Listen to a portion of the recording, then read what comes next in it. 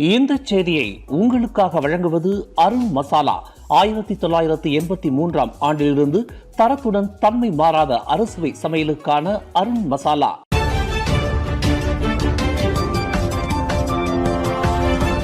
வணக்கம். திசைகளின் ஒரு மணி செய்திகள். சொக்சோ சந்தாதாரர்கள் முன்பணத்தை செலுத்தாமலேயே 1448 பேனல் கிளினிக்குகளில் இலவச சிகிச்சை. சமூக பாதுகாப்பு நிறுவனமான சொக்சோ சந்தாதாரர்கள் வேலை நேரத்தின் போது விபத்துக்கு ஆளாகுவார்களேயானால் சொக்சோ பேனலில் இடம்பெற்றுள்ள 1448 கிளினிக்குகளில் சொந்த பணத்தை வெளியாக்காமலேயே இலவசமாக அடிப்படை சிகிச்சையை பெற முடியும். இந்த புதிய விதிமுறை நேற்று செவ்வாய்க்கிழமை முதல் அமலுக்கு வந்துள்ளது. பணி நேரத்தின் போது விபத்துக்குள்ளாகும் சந்தாதாரர்களின் மருத்துவ செலவின சிரமத்தை குறைக்கும் பொருட்டு சொக்சோ அறிமுகப்படுத்தியுள்ள RBK எனப்படும் வேலை இடர் சிகிச்சை திட்டத்தின் கீழ் வழங்கப்படும் சலுகைகளில் இதுவும் ஒன்றாகும் என்று சொக்சோ வாரிய தலைவர் டத்தோசரி சுபஹான் கமால் தெரிவித்தார். சொக்சோ பேனல் கிளினிக்கிற்கு செல்லும் சந்தாதாரர்கள் முன்பணம் எதுவும் செலுத்த வேண்டியதில்லை. மாறாக தாங்கள் சொக்சோ சந்தாதாரர் என்பதை உறுதி செய்வதற்கு அடையாள காட்டை காட்டினாலே போதுமானதாகும். அவர்களுக்கு அடிப்படை இலவச சிகிச்சை அளிக்கப்படும் என்று டத்தோசரி சுபஹான் அறிவித்துள்ளார். நேற்று முன்தினம் இரவு 7:15 மணியளவில் ஜொஹூர் பாரு ஜலான் சரிகலாவில் வேக கட்டுப்பாட்டை இழந்த ஆடி TT ஆடம்பர கார் ஒன்று 4 கார்களை மோதி தள்ளிவிட்டு சென்ற சம்பவம் தொடர்பில் அந்த ஆடம்பர கார் ஓட்டுநரை போலீசார் தேடி வருவதாக ஜொஹூர் பாரு ஸ்லாத்தான் மாவட்ட போலீஸ் தலைவர் ACP ரவுப் ஸ்லாமாட் தெரிவித்தார். இந்த சம்பவத்தில் உயிருடன் இழப்போ அல்லது யாருக்கும் காயமோ ஏற்படவில்லை என்ற போதிலும் இதில் சம்பந்தப்பட்டுள்ள வாகனங்கள் கடுமையாக சேதமுற்றன. அந்த ஆடம்பர கார் ஜலான் டத்தோ சுலைமானிலிருந்து சென்று கொண்டிருந்த போது ஜலான் ஹரிமாவிலிருந்து வந்து கொண்டிருந்த புரோத்தோன் பொசோனா காரை மோதி தள்ளியதுடன் மேலும் 3 கார்களை மோதி கடும் சேதத்தை விளைவித்ததாக அவர் குறிப்பிட்டார். அந்த ஆடம்பர கார் ஓட்டுநர் விபத்துக்கு பின்னர் நிற்காமல் தப்பிவிட்டதால் அவரை தேடும் பணி தற்போது முடுக்கிவிடப்பட்டுள்ளதாக ACP ரவுப் ஸ்லாமாட் தெரிவித்தார்.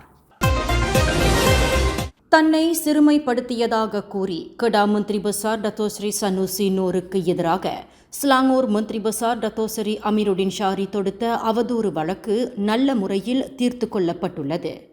ஷா ஆலாம் உயர் நீதிமன்றத்தில் ஸ்லாங்கூர் மந்திரி பசார் அமீருடின் ஷாரியிடம் கெடா மந்திரி பசார் சனூசி நோர் பகிரங்க மன்னிப்பு கேட்டுக்கொண்டதை தொடர்ந்து மன்னிப்போம் மறப்போம் என்ற அடிப்படையில் இரு மந்திரி பசார்களும் இடையில் நிலவி வந்த சட்ட போராட்டம் ஒரு முடிவுக்கு வந்தது. எனினும் சனூசி கேட்டுக்கொண்டுள்ள மன்னிப்பின் உள்ளடக்கத்தை பொதுவில் வெளியிடுவதற்கு நீதிபதி ரோசி பைனுன் மறுத்துவிட்டார்.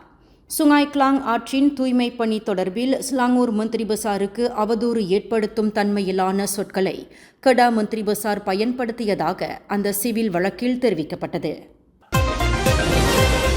தெலங்கானு கமாமானில் உள்ள ஒரு சந்தையில் மாற்றுத்திறனாளி ஒருவரை ஈவு இரக்கம் இன்றி கண்மூடித்தனமாக தாக்கிய 5 நபர்களுக்கு கமாமான் செஷன்ஸ் நீதிமன்றம் இன்று தலா 2000 ரிங்கிட் அபராதம் விதித்தது. மேலும் ஒருவர் குற்றச்சாட்டை மறுத்து விசாரணை கோரியுள்ளார். குற்றவியல் சட்டம் 323வது பிரிவின் கீழ் குற்றஞ்சாட்டப்பட்டு இருந்த 5 தங்களுக்கு எதிரான குற்றத்தை ஒப்புக்கொண்டனர். கமாமான் சந்தையில் மழை நேரத்தின் போது ஒரு சிறு அங்காடி கடையை தவறுதலாக மோதிவிட்டார் என்பதற்காக அந்த மாற்றுத்திறனாளியை அங்குள்ள சில நபர்கள் கண்மூடித்தனமாக தாக்கும் காட்சியை சித்தரிக்கும் காணொளி ஒன்று சமூக வலைத்தளங்களில் வைரலானது.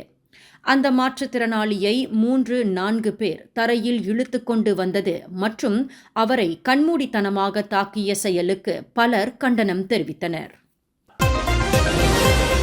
மலேசியாவில் கிட்டத்தட்ட 39.5 விழுக்காட்டினர் நிம்மதியை தொலைத்தவர்களாக பெரும் மன உளைச்சலினால் அவதியுற்று வருகின்றனர் என்று ஆய்வில் தெரியவந்துள்ளதாக சுகாதார அமைச்சர் டத்தோஸ்ரீ டாக்டர் ஜுல்கிஃப்லி அஹ்மத் தெரிவித்தார். மைமிண்டா மனநல பரிசோதனை மையம் நடத்திய ஆய்வில் இந்த புள்ளி விவரங்கள் தெரியவந்துள்ளதாக டாக்டர் ஜுல்கிஃப்லி குறிப்பிட்டார். இந்த ஆய்வு கடந்த 2023ஆம் ஆண்டு ஜனவரியில் தொடங்கி இவ்வாண்டு ஜனவரி 23ஆம் தேதி நிறைவுற்றது. தலியான் ஹீக் லைனில் நிறைய பேர் தங்கள் மனநலம் குறித்து விவாதித்துள்ளனர். மன உளைச்சலில் பாதிக்கப்பட்டவர்களுக்கு காலை 8 மணி முதல் நள்ளிரவு 12 மணி வரை மனநல நல்லுரைகள் வழங்கப்பட்டு வருவதையும் அமைச்சர் சுட்டிக்காட்டினார்.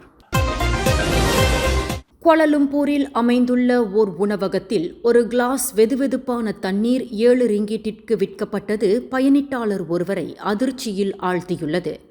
கொள்ளை லாபம் ஈட்டும் அந்த உணவகத்தின் போக்கில் அதிருப்தி கொண்ட அந்த பயணிட்டாளர் தனது அதிருப்தியையும் ஏமாற்றத்தையும் சமூக வலைதள பக்கத்தில் இதர வலைதளவாசிகளுடன் பகிர்ந்து கொண்டார். தாம் வாங்கிய ஒரு கிளாஸ் தண்ணீர் 7 ரிங்கிட்டிற்கு விற்கப்பட்டதை நிரூபிக்க அதன் ரசீதையும் அவர் பதிவேற்றம் செய்துள்ளார். எனினும் உணவை ஆர்டர் கொடுக்கும் போது அந்த உணவகத்தில் தண்ணீருக்கு கட்டணம் உண்டு என்று தெரிவிக்கப்பட்டதாகவும், ஆனால் அந்த கட்டணம் 7 ரிங்கிட் வரை எகிரும் என்று தமக்கு தெரிவிக்கப்படவில்லை என்றும் அந்த பயணிட்டாளர் தமது ஆதங்கத்தை கொட்டி தீர்த்துள்ளார். இருப்பினும் ஒரு கிளாஸ் வெதுவெதுப்பான நீர் 7 ரிங்கிட்டிற்கு விற்கப்படும் என்பதை தாம் எதிர்பார்க்கவில்லை என்று அவர் குறிப்பிட்டுள்ளார். பினாங்கில் வீடு புகுந்து கொள்ளையடித்து வந்ததாக நம்பப்படும் கும்பல் ஒன்றை போலீசார் வெற்றிகரமாக முறியடித்துள்ளனர். அந்த கும்பலை சேர்ந்த 7 ஆடவர்கள் நேற்று கைது செய்யப்பட்டது மூலம் சங்கிலி தொடரை போன்று நடந்து வந்த கொள்ளை சம்பவங்களுக்கு முற்றுப்புள்ளி வைக்கப்பட்டுள்ளதாக பாராடாயா மாவட்ட போலீஸ் தலைவர் ஏசிபி சசாலி ஆடாம் தெரிவித்தார்.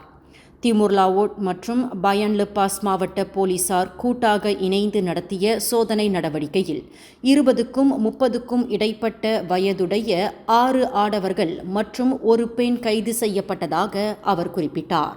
இந்த செய்தியை உங்களுக்காக வழங்கியது அருண் மசாலா. 1983ஆம் ஆண்டிலிருந்து தரத்துடன் தன்மை மாறாத அறுசுவை சமையலுக்கு அருண் மசாலா. மேலும் செய்திகளை தெரிந்து கொள்ள கீழே இருக்கும் பெல் பட்டனை அழுத்துங்கள். உங்கள் மகிழ்ச்சியை வெளிப்படுத்த லைக் மற்றும் ஷேர் செய்யுங்கள். தொடர்ந்து திசைகளோடு இணைந்திருக்க சப்ஸ்கிரைப் செய்யுங்கள்.